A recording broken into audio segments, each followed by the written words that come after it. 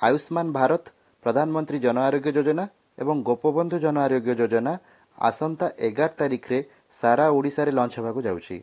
Launching दिन प्रत्येक PSC रे 25 जन हिताधिकारी को कार्ड प्रदान करा जिवो एवं ता पर दिन ठारू निज एरिया रो आशा किंबा एएनएम दीदी मानक जरिया रे हिताधिकारी पाखरे कार्ड पहुँचो।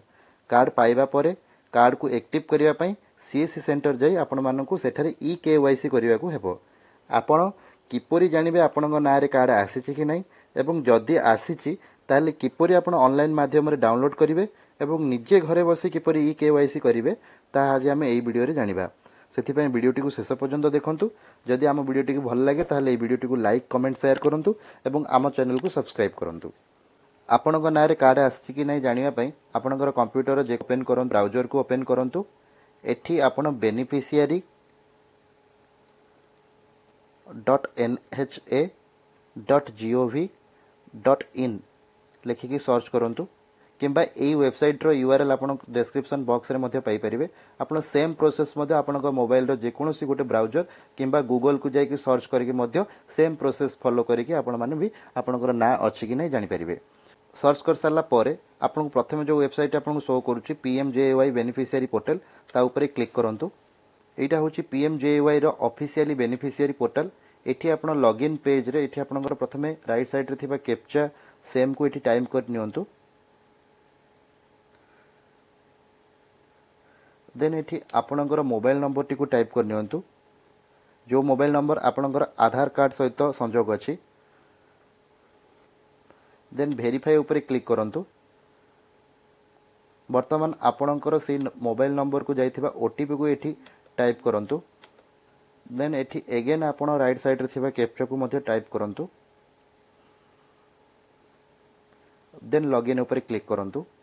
लॉगिन कर सारला परे एठी आपणकर स्कीम रे पीएमजेवाई ऑटोमेटिक शो करतबो। देन ता राइट साइड रे एठी आपण स्टेट को सिलेक्ट कर नियंतु। स्टेट ओडिशा सिलेक्ट करंतु। देन एठी आपणकर सब स्कीम रे एठी आपणकर पीएमजेवाई सिलेक्ट करंतु। देन आपणकर जो डिस्ट्रिक्ट आपण से डिस्ट्रिक्ट को आपण एठी सिलेक्ट कर नियंतु। एठी आपण सर्च बाय रे एठी आपण आधार नंबर द्वारा मध्ये सर्च करि परिबे। जदि आपण पाखरे फैमिली आईडी किंबा पीएमजेवाई आईडी आपण जानि चंती ताले आपण सर्च करि परिबे किंबा आपण एठी आधार नंबर देई मध्ये आपणकर ना रे कार्ड आसीछि कि नै आपण जानि परिबे। एठी आपणकर आधार कार्ड नंबर टी को टाइप कर नियंतु। देन एठी अगेन आपणकर राइट साइड थिबा कैप्चा को टाइप कर नियंतु।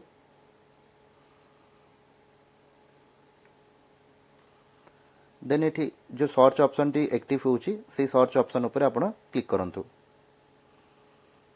क्लिक कर सारला पर आपण एठी देखि परिबे जदि आपणकर ना रे एठी ना शो करथुबो ताहले आपणकर ना रे कार्ड टी आसी सारची।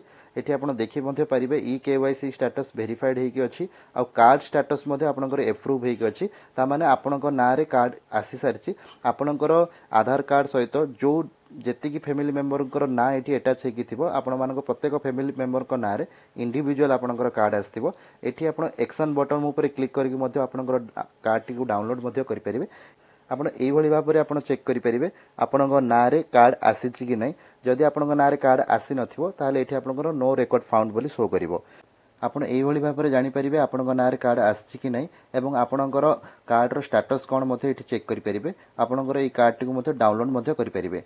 तो एई वीडियो टी को आपण शेष पर्यंत देखिथिबारो आपण मानको धन्यवाद। जदि आपनको वीडियो टी भल लागि ताले वीडियो टी को लाइक कमेंट शेयर करंतु एवं आम चैनल को निश्चित भाबरे सब्सक्राइब करंतु।